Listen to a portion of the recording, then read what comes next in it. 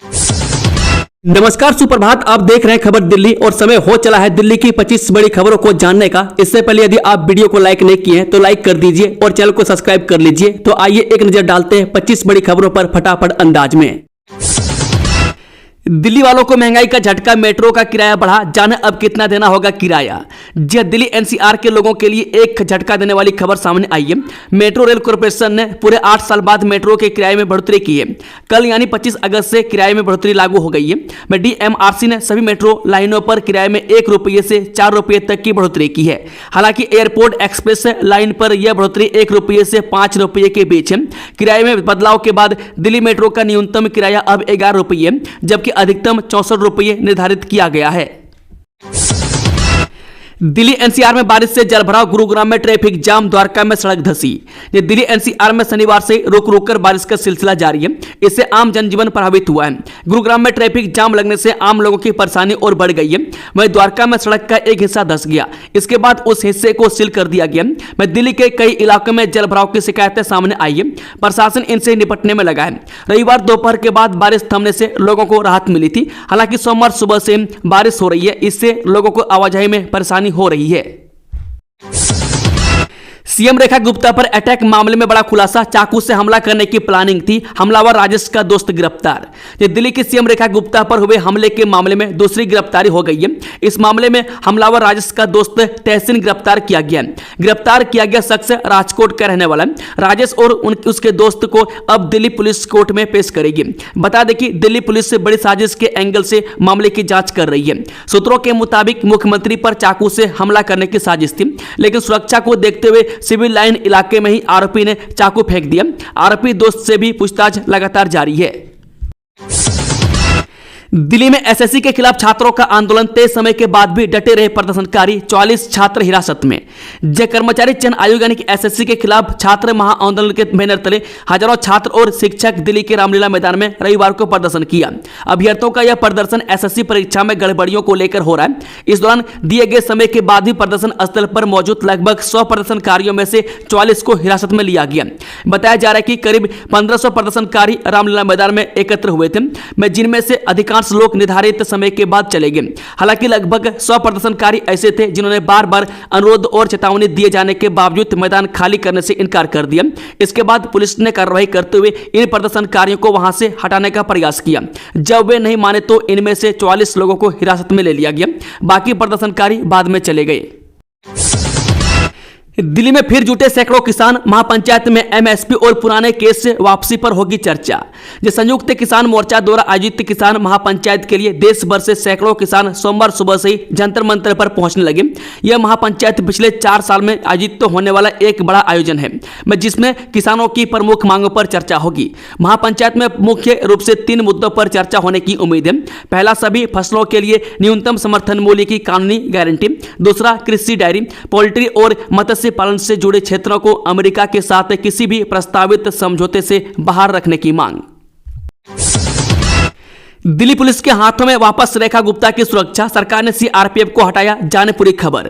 दिल्ली की मुख्यमंत्री रेखा गुप्ता की सुरक्षा में एक बार फिर बदलाव किया गया। यह बदलाव केंद्र की ओर से किया गया। इसके अनुसार अब दिल्ली की सीएम की सुरक्षा वापस दिल्ली पुलिस को सौंप दी जाएगी। केंद्र सरकार ने दिल्ली की मुख्यमंत्री रेखा गुप्ता को दी गई सीआरपीएफ की जेट श्रेणी सुरक्षा वापस ले ली है। यह फैसला उस हमले के कुछ दिनों बाद लिया गया, जिसके चलते उन्हें अस्थायी रूप से सीआरपीएफ कवर दिया गया था। जीएसटी में बड़े बदलाव की तैयारी, छोटे व्यापारियों को मिलेगा बम्पर फायदा, जाने क्या है कैट की मांग। जय confederation of all India traders यानी कि कैट ने प्रधानमंत्री नरेंद्र मोदी द्वारा जीएसटी में नेक्स्ट जनरेशन सुधारों के आह्वान का गर्मजोशी से स्वागत किया है। संगठन का कहना है कि यह कदम जीएसटी को उपभोक्ताओं और छोटे व्यापारियों दोनों के लिए वास्तविक कंज्यूमर बोनांजा बनाने की दिशा में ऐतिहासिक साबित होगा। वित्त मंत्री निर्मला सीतारमण को लिखे पत्र में कैट ने कहा कि टैक्स स्लैब को तर्कसंगत करने और जीएसटी को सरल बनाने से देश के आंतरिक व्यापार को मजबूती मिलेगी। खासकर रिटेल नेटवर्क की रीढ़ माने जाने वाले छोटे व्यापारी, किराना स्टोर, फेरी वाले और पान दुकानदारों को इस सुविधा का सीधा लाभ मिलेगा। पीएम मोदी की डिग्री नहीं होगी सार्वजनिक, हाईकोर्ट ने सीआईसी के आदेश को किया रद्द। ये दिल्ली हाईकोर्ट ने सोमवार को केंद्रीय सूचना आयोग के उस आदेश को रद्द कर दिया जिसमें पीएम मोदी की स्नातक की डिग्री से संबंधित जानकारी सार्वजनिक करने का निर्देश दिया था। न्यायमूर्ति सचिन दत्ता ने सीआईसी के आदेश को चुनौती देने वाली दिल्ली विश्वविद्यालय की याचिका पर यह फैसला सुनाया जिन्होंने 27 फरवरी को अपना फैसला सुरक्षित रखा था। दोषियों को फांसी देने की मांग, गुस्साए लोगों ने सड़क पर उतरकर की नारेबाजी। ये दिल्ली के सुल्तानपुरी में मनीषा हत्याकांड के विरोध में लोग सड़कों पर उतरे। स्वाभिमान ट्रस्ट और हिंदू सेना के नेतृत्व में जलेबी चौक पर प्रदर्शन हुआ जहां दोषियों को फांसी देने और सख्त कानून बनाने की मांग की गई। प्रदर्शनकारियों ने घटना के खिलाफ नारेबाजी की। हरियाणा में शिक्षिका मनीषा की हत्या के बाद देश भर में विरोध प्रदर्शन जारी है जिनमें न्याय की मांग की जा रही है। दिल्ली के इस इलाके में चल रहा था अवैध पार्किंग का बड़ा खेल, अब मंत्री के आदेश पर हुआ एक्शन। दिल्ली में सिंचाई एवं बाढ़ नियंत्रण विभाग के सादरा नाले की जमीन को घेरकर करदमपुरी में वर्षों से राजनीतिक संरक्षण से अवैध पार्किंग का खेल चल रहा है। सरकारी विभाग होने के बावजूद सिंचाई विभाग खुद अपनी जमीन को खाली नहीं करवा सका। उसे जमीन को खाली करवाने के लिए प्रशासन व पुलिस का सहारा लेना पड़ा। एसटीएफ ने नाले की जमीन को खाली करवाया। सवाल यह है कि सिंचाई विभाग जमीन ही खाली करवा सका, जिन लोगों ने उस पर कब्जा किया हुआ था उनके खिलाफ केस दर्ज या अन्य कार्रवाई नहीं की। विभाग के अधिकारी चुप्पी साधे हुए। एसडीएम सादरा झप्पन झा ने सिंचाई विभाग को बताया कि अगर दोबारा कब्जा हुआ तो विभाग खुद जिम्मेदार होगा। ये दिल्ली में जल भराव का जल्द होगा अस्थायी समाधान, सरकार का नया ब्लूप्रिंट तैयार। ये दिल्ली सरकार जल भराव के अस्थायी समाधान के लिए सीवर व्यवस्था का ब्लूप्रिंट तैयार कर रही है। दिल्ली सरकार ने कहा कि अगस्त महीने में दिल्ली में सामान्य से अधिक बारिश हुई, इसके बावजूद दिल्ली वासियों को जल भराव के गंभीर संकट का सामना नहीं करना पड़ा। सरकार का दावा है कि जल भराव के लिहाज से सुपर ब्लैक स्पॉट बन चुके राजधानी के मिंटो रोड ब्रिज, आईटीओ चौक, जखीरा अंडरपास, आनंद विहार आदि इलाकों में गंभीर जल भराव नहीं हुआ। मुख्यमंत्री रेखा गुप्ता ने कहा कि पूरी दिल्ली की सीवर व्यवस्था का ब्लूप्रिंट तैयार किया जा रहा है ताकि भविष्य में जल भराव का अस्थायी समाधान निकाला जा सके। दिल्ली का शांति देसाई स्पोर्ट्स क्लब होगा ध्वस्त, आधुनिक सुविधाओं से लेस बनेगा नया क्लब। जब पुरानी दिल्ली में कभी इंडोर खेलों के लिए मशहूर रहे शांति देसाई स्पोर्ट्स क्लब को अब ध्वस्त किया जाएगा।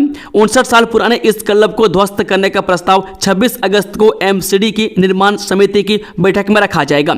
बता दें कि पुरानी दिल्ली के 59 साल पुराने शांति देसाई स्पोर्ट्स क्लब को एमसीडी ध्वस्त करेगी। इसकी जगह 3 करोड़ 28 लाख रुपए की लागत से 2 मंजिला आधुनिक क्लब बनेगा जिसमें जिम, स्विमिंग पूल और टेबल टेनिस जैसी सुविधाएं होंगी।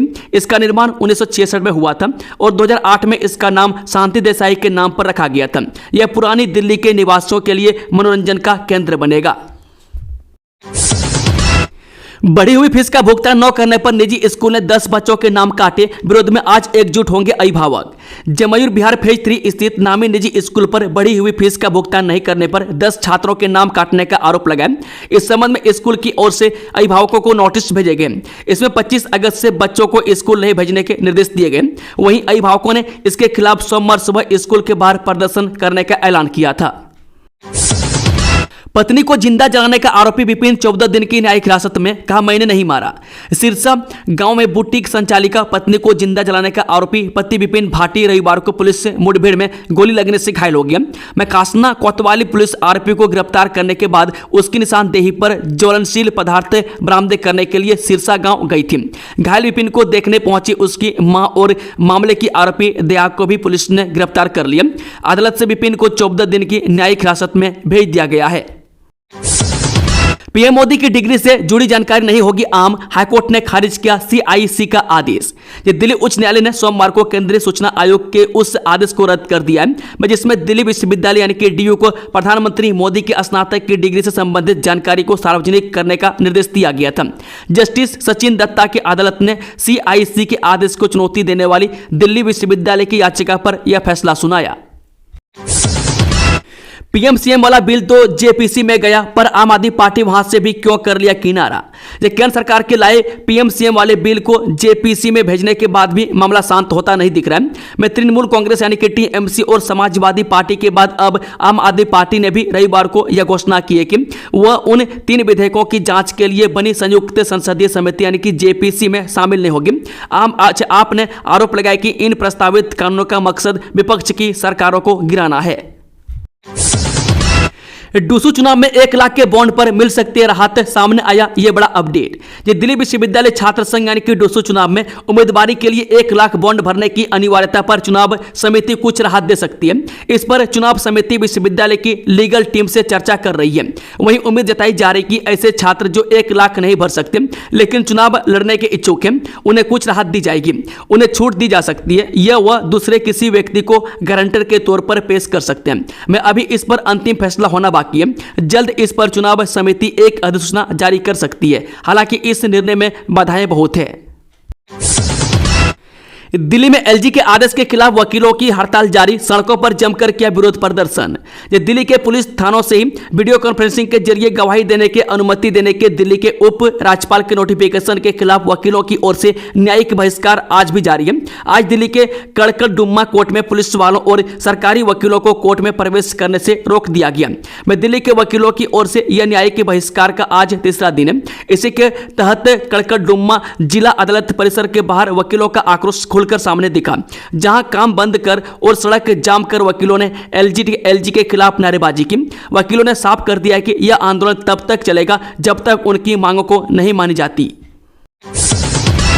इस हफ्ते 3 दिन बंद रहेगा शेयर बाजार, बीएसई एनएसई पर नहीं होगा कामकाज, जानिए कब कब रहेगी छुट्टी। इस हफ्ते 3 दिन शेयर बाजार बंद रहने वाला है। मैं बुधवार 27 अगस्त को बॉम्बे स्टॉक एक्सचेंज और नेशनल स्टॉक एक्सचेंज पर कोई कामकाज नहीं होगा। बीएसई और एनएसई की वेबसाइट पर दी गई जानकारी के अनुसार बुधवार को गणेश चतुर्थी के चलते शेयर बाजार बंद रहेंगे। इसके बाद 30 अगस्त को 5वां शनिवार है, इस दिन शेयर बाजार में कोई कामकाज नहीं होगा। इसके बाद 31 अगस्त को रविवार के चलते बीएसई एनएसई बंद रहेंगे। हर हफ्ते शनिवार और रविवार को शेयर बाजार की छुट्टी रहती है। एसएससी में धांधली, भाजपा की तनाशाही और गुंडागर्दी देखिए, अभ्यर्थियों पर हुए लाठीचार्ज के बाद केजरीवाल बोले। दिल्ली के रामलीला मैदान में एसएससी छात्र परीक्षाओं में अनियमितताओं, तकनीकी गड़बड़ियों, गलत केंद्रों और प्रशासनिक विफलताओं के खिलाफ अभ्यर्थी प्रदर्शन कर रहे हैं, जहां अभ्यर्थियों पर लाठियां बरसाई गई, जिसके बाद आम आदमी पार्टी के राष्ट्रीय संयोजक अरविंद केजरीवाल ने भाजपा पर निशाना साधा है। बारिश से हिमाचल में तबाही, उत्तराखंड में त्राहिमाम, राजस्थान में स्कूल बंद, जाने दिल्ली मुंबई में क्या हाल। इस वक्त पूरे भारत में मानसून अपने पीक पर है और जमकर मेहरबान है। उत्तर से लेकर दक्षिण तक हर तरफ मानसून की बारिश ने लोगों की हालत खराब कर दी है। जहां बारिश ने दिल्ली की सड़कों पर जाम लगा दिया, वहीं पिछले हफ्ते मुंबई में लोकल की रफ्तार पर ब्रेक लग गया था। उत्तर प्रदेश और बिहार के कई जिलों के गाँव पानी पानी हो चुके हैं। वहीं हरियाणा के खेतों में जल भराव, हिमाचल और उत्तराखंड के पहाड़ों पर भूस्खलन और राजस्थान के शहरों में बाढ़ जैसे हालात बन गए। जम्मू कश्मीर में कहीं भूस्खलन हो रहे हैं तो कहीं पर पुल ही टूट गया। मानो पूरा का पूरा उत्तर भारत इस समय बारिश की मार झेल रहा है। आसमान से तेजी से बरसते पानी ने जगह जगह जनजीवन अस्त व्यस्त कर दिया और लोगों की हालत खस्ता हो चुकी है। दिल्ली एयरपोर्ट पर ड्रग्स तस्करी की कोशिश नाकाम, 24 किलो 8 ग्राम गांजा बरामद। दिल्ली के इंदिरा गांधी अंतर्राष्ट्रीय हवाई अड्डे पर कस्टम अधिकारियों ने ड्रग्स तस्करी की एक बड़ी कोशिश को विफल कर दिया। बैंकॉक से सिंगापुर होते हुए दिल्ली पहुंचे एक भारतीय यात्री को ग्रीन चैनल पर रोककर जांच की गई। जांच के दौरान यात्री के पास मौजूद नीले और ग्रे रंग के 2 ट्रॉली बैग की एक्सरे स्कैनिंग और तलाशी ली गई। तलाशी में 25 किलो रंग की पॉलीथीन पैकेट बरामद हुआ, जिनमें हरे रंग का नशे वाला पदार्थ पाया गया। परीक्षण में यह पदार्थ गांजा निकला। भगत सिंह को 1 घंटे तक सूली पर लटकाए रखने का मिला प्रमाण, दिल्ली विधानसभा की प्रदर्शनी से कई तथ्य उजागर। शहीद ए आजम भगत सिंह के कई किस्से लोगों के जहन में, लेकिन अंग्रेजों द्वारा उन पर की गई क्रूरता का एक बड़ा प्रमाण अब सामने आया है। भगत सिंह को मात्र 23 साल की उम्र में फांसी के फंदे पर लटका दिया गया था। मेरा रंग दे बसंती चोला और इनकलाब जिंदाबाद के नारे लगाते हुए वह अपने 2 और साथी सुखदेव और राजगुरु के साथ फांसी के फंदे पर लटक गए थे। लेकिन आपको जानकर हैरानी होगी कि भगत सिंह को 1 घंटे तक फांसी के फंदे पर लटकाए रखा गया था। मैं किंवदंतियों से यह कहानी चर्चा में थी, लेकिन इसका प्रमाण आज पहली बार सामने आया। बुजुर्ग दंपति को डिजिटल हेप्रोटाइज कर ट्रांसफर करा लिए 1.25 करोड़, जाने ठगों ने कैसे की जालसाजी। आज एनबीटी आपको उस साइबर क्राइम से अवेयर कर रहा है जो डिजिटल अरेस्ट के अपग्रेड वर्जन में लोगों को बड़ी तेजी से डिजिटल हेप्रोटाइज कर रहा है। यह है कंगाल करने वाला क्राइम, या यूं कहें डिजिटल हेप्रोटाइज। आखिर एक शख्स जो साइबर के हर क्राइम से अवेयर रहता था, दूसरों को भी अवेयर करता था, फिर भी ऐसा क्या हुआ कि एक कॉल से जीवन भर की कमाई 1 करोड़ 16 लाख रुपये साइबर अपराधियों को सौंप दी। अक्टूबर से इन 2 रूटों पर शुरू होगी सी प्लेन सेवा, 1700 विमानों के ऑर्डर, जाने सरकार की योजना। केंद्र सरकार अक्टूबर से कम 2 रूटों पर सी प्लेन चलाने की तैयारी में। नागरिक उड्डयन राज्य मंत्री राममोहन नायडू ने सोमवार को यह जानकारी दी है। भुवनेश्वर में एक सम्मेलन को संबोधित करते हुए केंद्रीय मंत्री ने कहा है, एक समय सी प्लेन का संचालन होता था, लेकिन यह एक रूट तक सीमित था। सरकार ने सी प्लेन के संचालन के लिए गाइडलाइंस आसान कर दी है और हमें उम्मीद है कि अक्टूबर तक देश में हमारे पास 2 सी प्लेन रूट होंगे जो या तो अंडमान और निकोबार, केरल या आंध्र प्रदेश नेटवर्क पर ऑपरेट करेंगे। दोस्तों, खबरों का सिलसिला समाप्त होता है। अगर जानकारी पसंद आई तो वीडियो को लाइक, शेयर, चैनल को सब्सक्राइब जरूर कर लें। Thank you, all the best, जय हिंद।